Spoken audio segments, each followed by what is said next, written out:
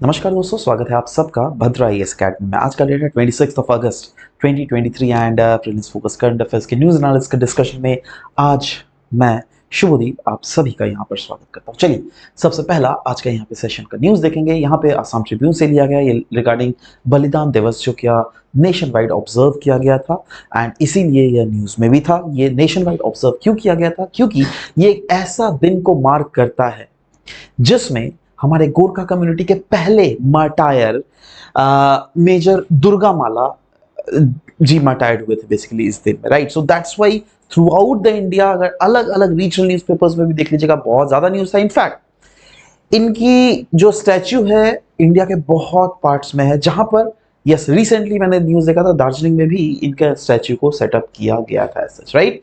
Next, सबसे important जो बहुत दिन से ये इशू चला हुआ था आ रहा था, तो मैंने सोचा दैट इस इशू को कवर करना चाहिए।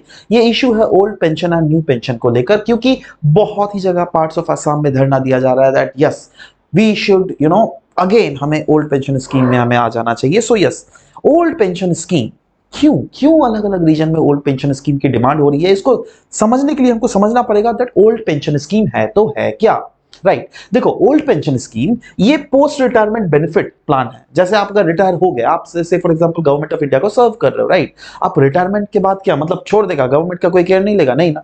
हाँ, अब ये क्या है ना दैट हाँ, जब आप रिटायरमेंट हो जाते हो तभी भी गवर्नमेंट आपको एक पैसे देते रहती थी, उसको कहते थे ओल्ड पेंशन स्कीम। सो वही बोला गया that old pension scheme is a post retirement benefit for the government sector employees। post retirement benefit government sector के एम्प्लॉइज के लिए है, जिसके तहत एक एश्योर्ड आपको डेफिनेट अमाउंट पे किया जाता है even after the fact that आप रिटायर क्यों ना कर गए हो, ठीक है? बट इसको रिप्लेस कर दिया गया था बाय न्यू पेंशन स्कीम। और कब रिप्लेस किया गया था? बाय द ईयर 2004, सॉरी 2004, है ना? और ओपीएस कहीं ना कहीं सिक्योर करता है future of the government employees, क्योंकि अगर आप गवर्नमेंट को सर्व कर रहे हो तो गवर्नमेंट का भी रिस्पॉन्सिबिलिटी होता है ना दैट बात आपको टेक केयर करे, राइट? तो वो पैसे देकर ही टेक केयर किया जा सकता है, क्योंकि आप खुद सोचो ना, आप अगर एक बिजनेसमैन हो, आप अगर एक प्राइवेट सेक्टर एम्प्लॉय हो, क्या प्राइवेट सेक्टर आपको पेंशन देगी? नहीं, right? So yes, government does that. And if अगर मतलब इसका प्रोविजन क्या है दैट अगर सोचो आपने लास्ट जैसा सर्व कर रहे थे, लास्ट में आपका रिटायरमेंट वाला भी सैलरी, अगर महीना वाला सैलरी अगर 10,000 रुपए मैं मान के चल रहा हूं, तो आपको जो पेंशन मिलेगा ना, इस 10,000 रुपए का लास्ट जो आपने सैलरी विड्रॉ किया था उसका 50% मिलेगा, ठीक है? And that comes out to be रफली around 5,000 rupees per month as a pension from the government. ना, अब इस पेंशन में भी कुछ कुछ सरकार एडिशन करती रहती है जिससे इन्फ्लेशन को बीट किया जा सके, और वो रहता है डियरनेस अलाउंस, राइट? साल में 2 बार डियरनेस अलाउंस यूजुअली दिया जाता है, जिसके तहत ओवरऑल जो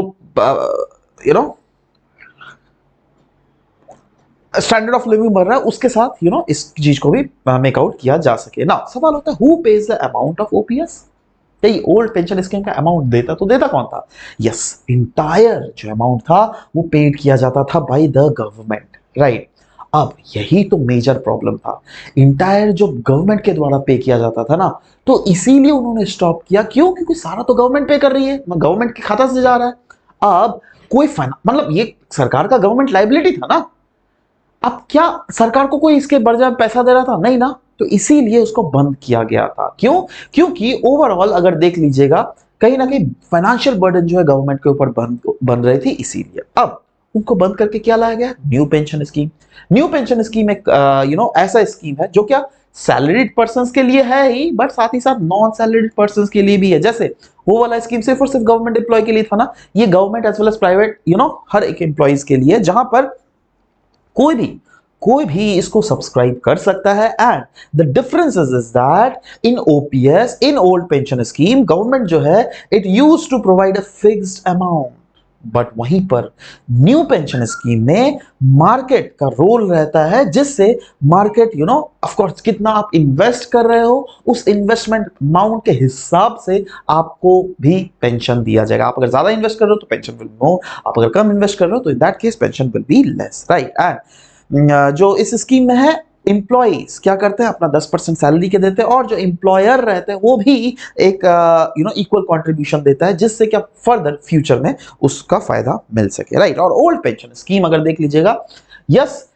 वहां पे हम लोग क्या देखा था that post retirement fix monthly income मिलता था जो कि 50% था of the last drawn salary, और उसके ऐसा कोई टैक्स बेनिफिट्स भी इंपॉर्टेंट नहीं। ऐसा नहीं दैट आप पेंशनधारी हो तो आपको टैक्स नहीं लगेगा, बिल्कुल लगेगा। अरे पैसा कमा रहे हो ना, टैक्स देना ही पड़ेगा अगर आप टैक्स ब्रैकेट में आते हो तो। Only government employees are eligible to receive the pension, but new pension scheme की अगर बात करें तो new pension is also meant for government employees as well as private employees। कोई भी अगर चाहे तो new pension scheme ज्वाइन कर सकता है, जहां पर उनको मंडी कंट्रीब्यूट करना पड़ेगा और इक्वल अमाउंट जो है अब उसकी एम्प्लॉयर भी करेंगी। एंड यस, उसके लिए एलिजिबिलिटी क्राइटेरिया क्या है, 18 से 65 इयर्स के बीच का एलिजिबिलिटी होना चाहिए in order to avail the benefit of new pension scheme. और न्यू पेंशन स्कीम के under employees make a monthly contribution at the rate of around 10%। ये तो मैंने पहले ही बता दिया। नेक्स्ट न्यूज हम लोग देखेंगे rail sea rail initiative, RSR initiative. क्यों न्यूज में था, क्योंकि मिनिस्ट्री ऑफ कोल जो है वो ड्राइव कर रही है एक ट्रांसफॉर्मेटिव इनिशिएटिव जिसका नाम है ये, क्यों इससे रिवोल्यूशनाइज करना है उनको कोल ट्रांसपोर्टेशन इन इंडिया। सो ये जो स्ट्रैटेजी है वो कहीं ना कहीं इंटीग्रेट करती है रेल और सी ट्रांसपोर्टेशन को, जिससे क्रिएट किया जा सके एक एफिशिएंट मूवमेंट फॉर डोमेस्टिक कोल, और साथ ही साथ कनेक्ट किया जा सके माइनिंग साइट्स को पोर्ट के साथ, या फिर एंड साइट मतलब जहां पर वो एक्सट्रैक्ट किया जा रहा है या फिर उसका माइन है उसको जो डिलीवरी पॉइंट है उस तक बेसिकली इसको कनेक्ट करने का ये इनिशिएटिव है rail sea rail initiative, right. देखो क्लियरली लिखा हुआ है ना, डोमेस्टिक मूवमेंट ऑफ डोमेस्टिक कोल, जो क्या कनेक्ट कर रहा है माइनिंग साइट को कहां से, पोर्ट, इसलिए तो rail sea rail, rail sea rail, थोड़ा दिमाग लगाओ, ठीक है। ओके, सो गोल, इससे फायदा क्या होगा, इससे जो लॉजिस्टिक कॉस्ट है वो घटेगा, मतलब इनडायरेक्टली क्या हम लोग बोल सकते हैं दैट लॉजिस्टिक एफिशिएंसी बढ़ रहा है, यस एब्सोल्युटली। ट्रांसपोर्टेशन कॉस्ट घट रहा है, यस एब्सोल्युटली। कहीं ना कहीं कोल ट्रांसपोर्टेशन लैंडस्केप जो है वो कहीं ना कहीं रीशेप करने में ये इनिशिएटिव बहुत ही महत्वपूर्ण भूमिका निभाने वाला है, राइट। और वही चीज लिखा हुआ है दैट ये ट्रांसफॉर्म करेगा लॉजिस्टिक सेक्टर को, एक eco friendly coastal shipping mode provide करेगा, एंड यस कहीं ना कहीं सब्सटैंशियल कॉस्ट सेविंग भी होगी। कैसे, क्योंकि लॉजिस्टिक कॉस्ट में कट हो रहा है ना, तो ऑब्वियस सा बात है पैसे तो आपको कम लगेंगे ही, है ना। यही नहीं, ओवर द पास्ट 4 इयर्स, अगर लास्ट 4 साल में देख लीजिएगा, रेल सी रेल जो कोल ट्रांसपोर्टेशन है it has seen impressive growth of around 125%। तो वो चीज देखकर मतलब कुछ कुछ जगह पायलट प्रोजेक्ट्स चलाए गए थे, उसमें देखा गया था अरे भाई ग्रोथ तो बहुत ज्यादा है, तो क्यों ना हम इसको अगर पूरे देश में इंप्लीमेंट करें तो यस उसका ग्रोथ और भी ज्यादा फायदा हो सकता है, yes absolutely. So ministry of coal जो है वो रिफाइन कर रही है it's rail sea rail coal evacuation strategy, जो क्या कहीं ना कहीं नेशन के जो ग्रोइंग एनर्जी नीड्स है उसको भी टैप करने के लिए बहुत ही एक महत्वपूर्ण भूमिका यहाँ पर निभाने वाली है। नेक्स्ट हम लोग बात करेंगे shift in rural India to sugars and processed foods. देखो एक रिसर्च कैरी आउट किया गया था जिसमें पाया गया दैट रूरल इंडिया के जो लोग है ना उसका कंजम्पशन पैटर्न्स में चेंज हो रहा है, और वो कंजम्पशन पैटर्न है क्या, उसके कंजम्पशन पैटर्न में जो है कार्बोहाइड्रेट और शुगरी प्रोसेस जो फूड है ना उसके ऊपर रिलायंस रूरल इंडिया का बढ़ रहा है। तो सवाल होता है ऐसा क्यों हो रहा है भाई, देखो शुगरी प्रोडक्ट्स के ऊपर अगर आप रिलायंस बनाओगे तो इनडायरेक्टली आप बीमारियों को घर में बुलाओगे, राइट। तो ऐसा क्यों हो रहा है, ये ट्रेंड क्यों देखने को मिल रहा है, उसके कुछ कुछ रीजंस दिए गए, और वो रीजंस है, पहला रीजन है that limited access to nutrient rich food.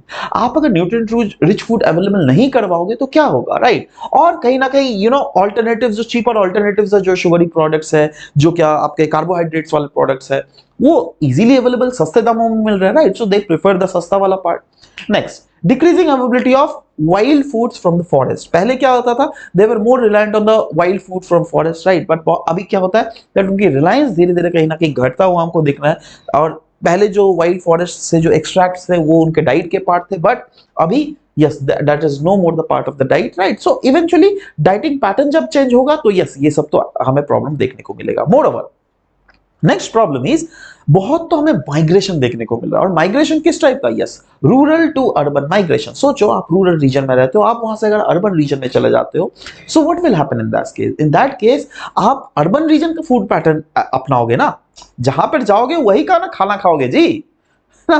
सो ये सब जो प्रॉब्लम है, ये सब प्रॉब्लम के कारण कहीं ना कहीं हमें ऐसा शिफ्ट देखने को मिल रहा है। नेक्स्ट हम लोग बात करेंगे इंपॉर्टेंट मिसाइल के बारे में। ये मिसाइल का नाम है अस्त्र मिसाइल, और recently actually light combat aircraft जिसका नाम है तेजस, उससे सक्सेसफुली लॉन्च किया गया ये अस्त्र मिसाइल, जो कि एक beyond visual range air to air missile है, ध्यान दीजिएगा, एयर टू एयर मिसाइल है, राइट। सो यस, यह एक एयर टू एयर मिसाइल है जिसको डेवलप किया गया है बाय DRDO लेबोरेटरीज, साथ ही साथ defence research and development research centre इमारत, मतलब इनके अब ये आपको इतना भीतर नहीं पूछ रहा है, आपको क्या पूछेगा पता है, आपको पूछेगा दैट ये अस्त्र मिसाइल जो है ये सरफेस टू एयर है या एयर टू सरफेस है या एयर टू एयर है। एयर टू एयर मतलब सोचो आप हवाई जहाज में जा रहे हो तेजस में, राइट, और सामने वाला आपका दुश्मन का हवाई जहाज है, तो यहीं से एयर को सीधा निशाना मारो, समझ लो, उसको एयर टू एयर कहता है। एयर टू सरफेस मतलब क्या, जैसे हम लोगों ने स्ट्राइक मारा था ना, सर्जिकल स्ट्राइक, तो उसमें क्या हवाई जहाज से ही ना मारा था, तो हवाई जहाज से एयर से जमीन में गिराया था, उसको कहते हैं, राइट। एक होता है सरफेस टू सरफेस, सोचो हम अगर यहां से इस्लामाबाद में अपना न्यूक्लियर मिसाइल गिरा दे, राइट, तो क्या सरफेस से छोड़ेंगे और अल्टीमेटली सरफेस में जाके गिरेगा, that is called surface to surface missile, right. वैसे ही एक होता है surface to air missile, right, जैसे आप लोगों S-400 क्या है, दैट कोई भी दुश्मन देश का मिसाइल को हम लोग यहां से तबाह कर देंगे, वही तो है S-400, right. So what is that is surface to surface missile, ठीक है, समझ लो बात, तो yes you should know about it. Anyways, वही बोला गया, it is design to engage and destroy agile supersonic aerial targets as well. Next हम लोग बात करेंगे शहीद राजगुरु जी के बारे में। क्यों, why he was there in news, because union ministry Shri Amit Shah ji ने ट्रिब्यूट पे किया था उनके बर्थ एनिवर्सरी के उपलक्ष्य में, जो क्या था 24 अगस्त 1908। एनीवेज, राजगुरु जी के बारे में अगर बात करें, yes he was a freedom fighter of the Indian national movement. In fact ये जब मार्टायर किए गए थे तब इनका उम्र महज 22 साल ही था, और इनकी आइडियोलॉजी क्या थी, इनकी आइडियोलॉजी थी दैट मिलिटेंट नेशनलिज्म में ये बहुत ज्यादा बिलीव करते थे। क्यों, क्योंकि ये मानते थे दैट अगर ब्रिटिशर्स को ऑप्रेस करना है तो यस हमें वायलेंस क्रिएट करना पड़ेगा, उनके मन में डर जगाना पड़ेगा, जिससे हमें आजादी मिल सकती है इन लॉन्गर टर्म, राइट। नेक्स्ट हम लोग बात करेंगे डिफेंस एक्विजिशन काउंसिल के बारे में। डिफेंस एक्विजिशन काउंसिल न्यूज में था, क्यों न्यूज में था, it is not that important, but इसके एस्पेक्ट्स हमें बहुत ज्यादा इंपॉर्टेंट है। दैट ये डिफेंस एक्विजिशन काउंसिल नाम से क्या पता चलता है, what is this all about. देखो इसका हेडक्वार्टर दिल्ली में है, मिनिस्ट्री ऑफ डिफेंस के अंडर ये एक्विजिशन काउंसिल खुला है, और ये हमारे देश का हाईएस्ट डिसीजन मेकिंग बॉडी है, राइट। किस सेक्टर में, यस डिफेंस सेक्टर में। मतलब ये क्या क्या काम करती है, ये देखो, कोई भी अगर नया पॉलिसीज हो डिफेंस सेक्टर में, राइट, कोई भी अगर कैपिटल एक्विजिशन करना है डिफेंस सेक्टर में, अगर सोचो कैपिटल मतलब जैसे हम लोग कोई अगर मिसाइल या फिर कुछ हेलीकॉप्टर्स, अगर डिफेंस हेलीकॉप्टर्स अगर बना रहा है, तो that is what called capital acquisition. वो अगर करना है of all the services, whether it be army, whether it be navy और whether it be air force, right, तो उस सेक्टर में यस डिफेंस एक्विजिशन काउंसिल ही डिसाइड चीजें करती है। इनका मेन ऑब्जेक्टिव है दैट कैसे इंश्योर किया जा सके expeditious procurement of approved requirement of arm force. In fact इनके चेयरमैन कौन है, yes ministry of defence is the chairman of this council, right. Functions क्या है, यस ये इन प्रिंसिपल अप्रूवल देती है of a 15-year long term integrated perspective plan. Defence forces में एक लॉन्ग टर्म इंटीग्रेटेड प्लान बनाया जाता है, उसका अप्रूवल जो है इन्हीं के द्वारा दिया जाता है। ये बेसिकली एक्विजिशन प्रोसेस में कोई भी अगर एक्सेप्टेंस या फिर कोई भी चीजें अगर फाइनल डिसीजन लेना हो, यस इनके द्वारा लिया जाता है। Categorization of acquisition proposals relating to buy और बाई एंड मेक और मेक, मतलब देखो क्या होता है ना, बहुत समय जो हम लोग डिफेंस प्रोडक्ट्स होते हैं उसका टैग ये लोग देते हैं, जैसे बाई, बाई मतलब उसको खरीदो, बाई एंड मेक मतलब खरीदो उसके बाद बनाओ भी, राइट, और एक मेक मतलब इंडिजिनस प्रोडक्शन करो, राइट। सो कुछ चीज जैसे S-400, राइट, तो इस टाइप की एंटी मिसाइल टेक्निक हमारे पास उतना नहीं है, तो वो that was a buy option for them, right. So ऐसे ही चीजें अलग अलग सेक्टर में, जैसे बंदूक AK-47 वो घर में ही बना लो भाई, है ना। Anyways they take decision regarding the offset provisions in respect to acquisition proposal above 300 crore. above 300 crore acquisition proposal के लिए जो भी decisions लेना हो इनके द्वारा ही लिया जाता है। And yes field trial evaluation ले लो या फिर monitoring the progress of major projects in defence sector ले लो या कोई भी डिफेंस प्रोक्योरमेंट सेक्टर ले लो, वो सब कुछ डिसाइड जो है इन्हीं के द्वारा किया जाता है। तो यही है डिफेंस एक्विजिशन काउंसिल के वेरियस फंक्शंस। और इसी के साथ आज का ये सेशंस का ये जो लेक्चर है ये यहीं पे खत्म करता हूं। मिलते हैं आप सबके साथ नेक्स्ट क्लास में with new set of information. Till then bye bye, take care and thank you for listening to the whole video. Thank you very much.